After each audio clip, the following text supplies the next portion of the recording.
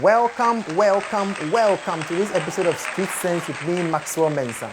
You can call me Talent Man. On this episode, I'm going to speak to you on 7 types of people you should never do business with. 7 types of people you should never do business with. But before I get into it, I want to remind you and I want to urge you, kindly subscribe to my channel so you can get all the updates anytime I upload a new video, like this particular video you are watching right now and all the other videos you have watched or you're about to watch. Leave a comment on any of the videos. If I say something that you agree with or you don't agree, kindly leave a comment for me and I will definitely reply to you.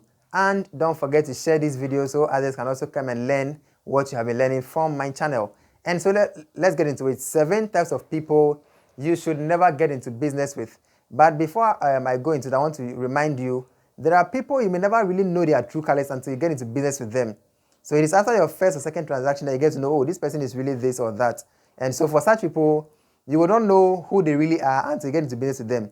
But once you're into business, when you see their traits and you recognize any of these signs I'm about to share, quickly advise yourself and stop engaging them in business.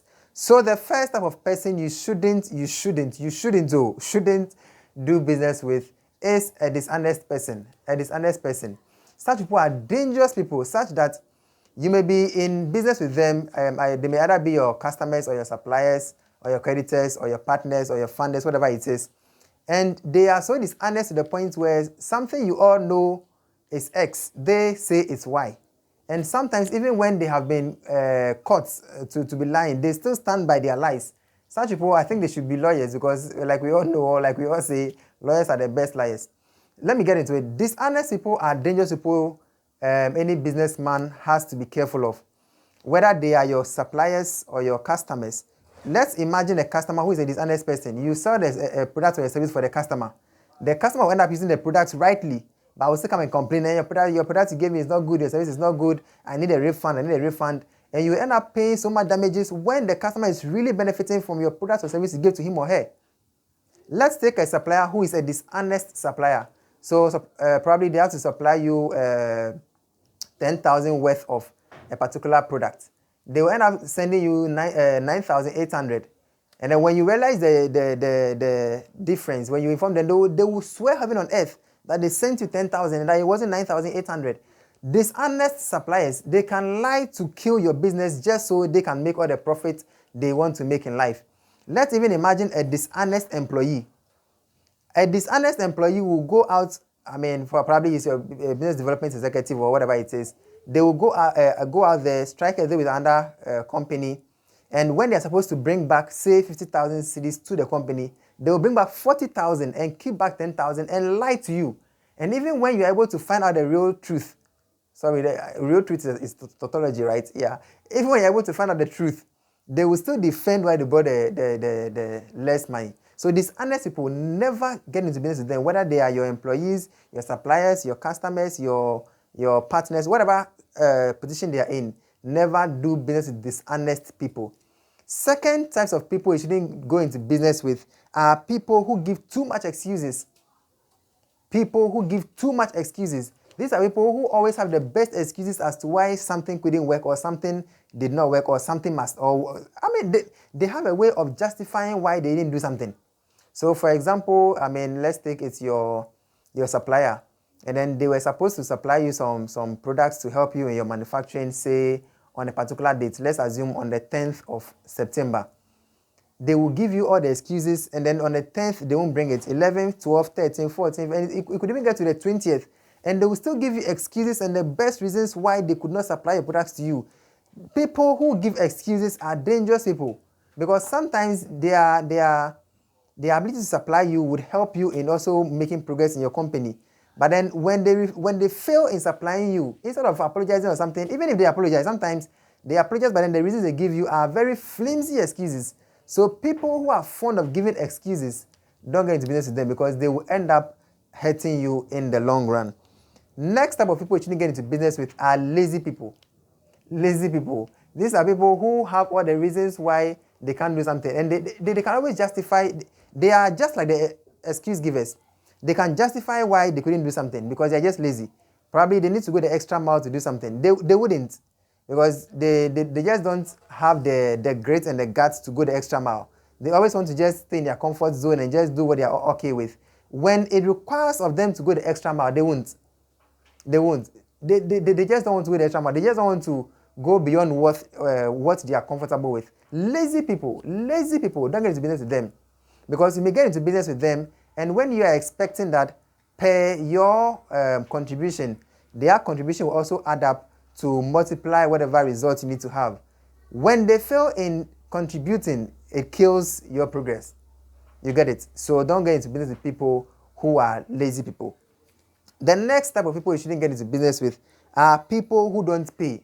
And this one I'm referring to clients. Clients who don't pay. Don't get into business with them. You may do the first thing with them or second business transaction with them. When they delay in payments, I mean, that's cool. But if they continue delaying in payments or if they continue refusing to pay, don't get into business with them. And mind you, you're not in business as an NGO. If you are doing an NGO work, that one, I mean, why not? You can do free job and then people refuse to pay and you are still doing it. But if you are into business for profit, you can't afford to have clients who continue refusing to pay. Oh, and I say you're my friend. Oh, and I say you're my family member. Oh, and I say, but you, the way you and I we up, you want to charge me. Oh, this is for me for free. Look, there's no free service. So if you have clients who always want free things, don't continue going into business with them. The next type of people, no, let me even continue with the same thing. Let's assume you have people you supply your products to, and they are supposed to pay you some money, and then they are always refusing to pay you, or they are delaying in paying you. They are dangerous people, dangerous people. Don't continue going into business with these people. The next type of people you shouldn't get into business with, or you shouldn't do business with, are people who don't appreciate your strength, or the good you do, or your leverage, or your advantage. These are people who never see anything good in you. So you may be doing everything right in serving them, whatever they need from you, but just because they don't appreciate you and what you do, they don't appreciate the value you bring to the table, they don't appreciate what you do to help them in their personal lives or in their businesses. These are people you should by all means avoid. By all means, don't go into business with them, because even if you kill yourself to do the right things for them, they will still criticize you. They will still not see the benefits of what you've done for them. They will not.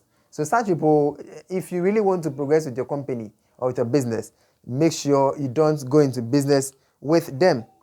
Because at the end of the day, you will do everything for them, but they will refuse to appreciate whatever you do for them. And Charlie, if you're someone who is not strong-willed, you will end up losing interest in whatever you're doing, because if you keep doing the thing and then people don't appreciate what you're doing for them, I mean, it's a very serious moral killer.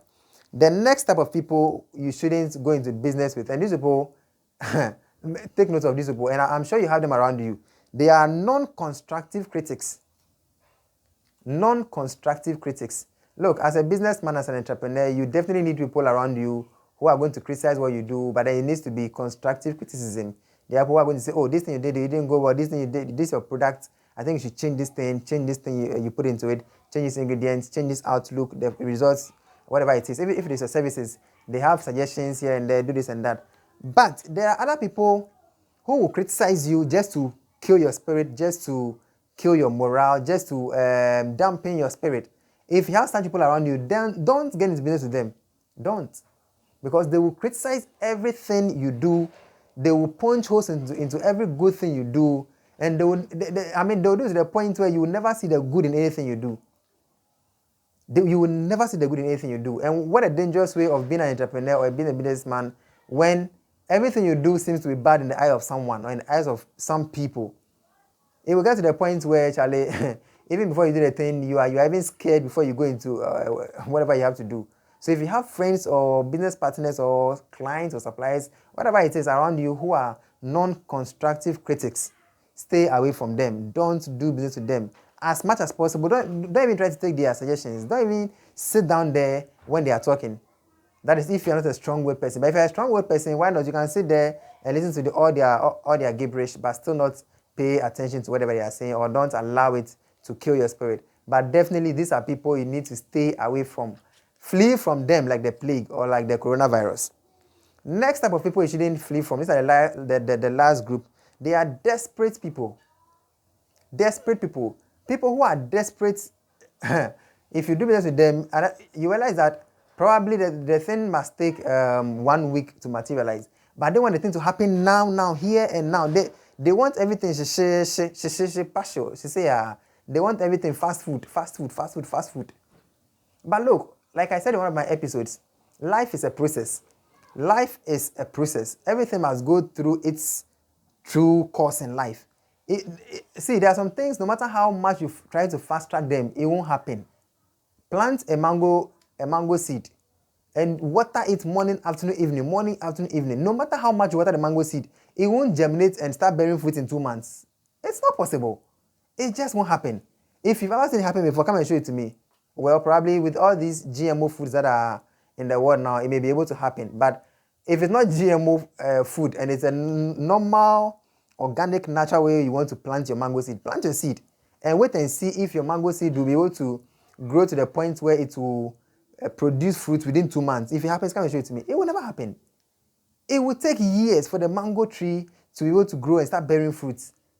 Just like the Chinese bamboo tree. There's a story about a Chinese bamboo tree where 2 people went to buy bamboo seedlings or whatever it is, and then they went to plant. And then one of them, within a few weeks, we started seeing his bamboo germinating and sprouting from the ground and then growing so long. But the other person was watering his bamboo seed. He watered it for 1 month, 2 months, 1 year. The bamboo never shot up from the ground. 2 years, the bamboo never shot up from the ground. 3 years, the bamboo never shot up. But the man was still watering the same place he had put the bamboo seed. After 4 years, what happened changed the dynamics of everything. In the 4th year, the bamboo decided to sprout up. And within a few weeks, the height the bamboo was able to reach, it was way longer than the one who was seeing his bamboo, shooting up within the first few weeks or first few months. And so you realize that within the first 4 years, one of them was harvesting his bamboo. I mean, the bamboo was growing tall or growing long. He was cutting and selling and getting his money here and there, small money here and there. The other person was still planting or still watering his bamboo seed. But within the 4th year, or just in the 4th year, the amount of profit the second person made was way more than the person who was selling his bamboo from the 1st year. That is because his bamboo seed was a different type of bamboo. It was a different type. So he had to spend 4 years watering it. And then after the 4 years of hard labor and sacrifice, when the fruit started coming up, the fruit never stopped. The bamboo just kept growing. And I mean, I can't remember the details now because I didn't search for it before I did this video. Forgive me. But then the bamboo was growing at such a fast pace that the other person just had to cut down his own and go search for this man's seeds to also plant for the next 4 years. Look, don't always be in a haste to get results in your business or in your company. Don't be in a haste. And so if you have people you are doing business with who are desperate people, they will end up forcing you to uproot your seedlings when they are yet to bear fruit, because they say, oh, nah, I dare you cry for some basso, none of you and put in chair. I mean, Senam obey, how did they even say it? I'm a guy forgive. Senam obey. I mean, all these people, if you are into business with people who are desperate, Charlie, they will influence you to uproot your seeds even before they germinate. So be mindful of desperate people if you are going into business with them. Thank you very much for watching this episode of Street Sense with me, Maxwell Mensah. I want to believe you've learned something from this channel. If you have, kindly subscribe to my channel so you can get all the updates anytime I upload a new video. Thank you, and I will see you on the next episode.